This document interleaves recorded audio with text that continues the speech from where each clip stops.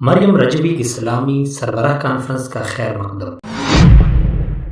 ایران میں اپوزیشن کی نمائندہ قومی مزاحمتی کونسل کی چیئرپرسن مریم رجوی نے گزشتہ دنوں سعودی عرب کی میزبانی میں ہونے والی عرب اسلامی سربراہ کانفرنس کے فیصلوں اور اعلانات کا خیر مقدم کیا ہے۔ ان کا کہنا ہے کہ خطے کی سیاسی قیادت کی طرف سے انتہا پسندی، جنگوں اور دہشت گردی کا ماخذ ایران کو قرار دینے کا اعلان ایک حقیقت ہے۔ ایران میں ولایتی فقہ پر مبنی سیاسی نظام ہی خطے میں بدامنی اور دیگر تمام مسائل کی جڑ ہے۔ العربیہ.net کے مطابق پیرس میں قومی مزاحمتی کونسل کے صدر دفتر میں ایک تقریب سے خطاب کرتے ہوئے مریم رجوی نے کہا کہ عرب خطے سے ایرانی پاسدارانی انقلاب اور اس کی تمام معاون ملیشیاؤں کو نکال باہر کیا جائے اور ساتھ ہی اسلامی تعاون تنظیم میں ایران کی رکنیت منسوخ کی جائے۔ آسمانی مذاہب انتہا پسندی کی تعلیم نہیں دیتے کے عنوان سے منعقدہ تقریب سے خطاب کرتے ہوئے ایرانی اپوزیشن رہنما نے کہا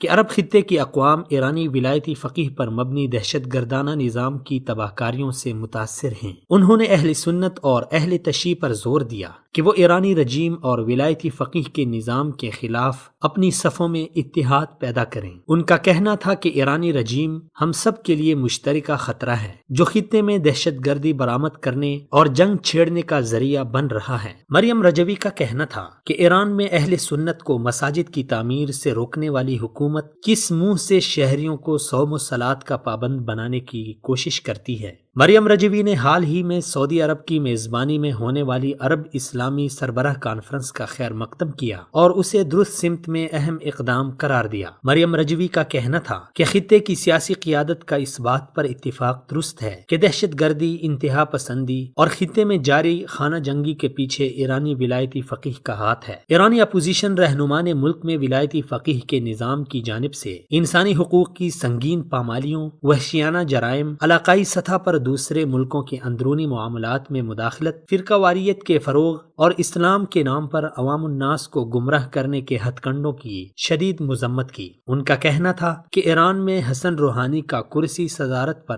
دوبارہ فائز ہونا بھی ایک حربہ ہے جس کا مقصد ایران کے توسیع پسندانہ عزائم کو جاری رکھنا ہے۔